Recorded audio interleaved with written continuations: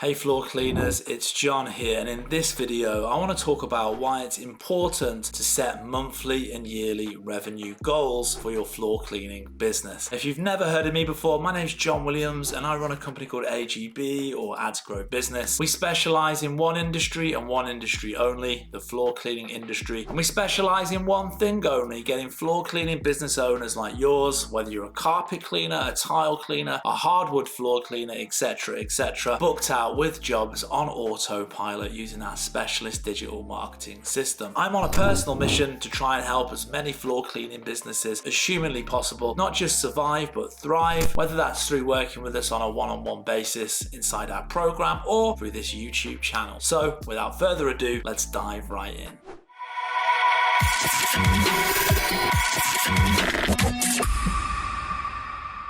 The importance of setting monthly and yearly revenue goals in your floor cleaning business. So you want to be a millionaire, a multi-millionaire from your floor cleaning business. Often huge goals like this can simply seem like some unattainable dream. But let me share with you a real strategy to hit big financial goals. Number one, understand that it takes time. What a lot of people don't realize when they see ultra successful people, say for example Jeff Bezos, Elon Musk, is that it has taken them decades to be the success they are today. Tesla was being prototyped and worked on for years and years and years before they figured it out. And it was running at a loss for years and years and years before it started to turn a profit. Amazon started out in the 90s in Jeff Bezos' garage, and they were just buying books wholesale from one company and then redistributing them through their website. And it's taken him years, decades to get Amazon to where it is today. And it's had a number of challenges. In fact, for 10 years, the business was losing. It wasn't turning a profit at all. It was losing millions of dollars every year because they were having to build these huge fulfillment centers and pay for them up front so that they had the fulfillment capabilities that they have today. And so that cost them loads of money. And so for a decade, they did not make a single profit. So the first thing to understand is this, that getting to where you want to be, it's not a one day or an overnight thing. It takes time. And once you're at ease with that, then you can start to move on and understand step two, which is small steps add up to big goals. If you have $1 a day, in 3 days, you'll just have $3. Not a big deal. But in 100 days, you'll have $100. The amount of money will be 100x more than the first day. And so really, that's the principle that I'm trying to teach you here, is that, look, growing a business and like getting it from like A to B to whatever your big kind of goal is, it's gonna take time. Just accept that. And rather than trying to like shoot for this like far off goal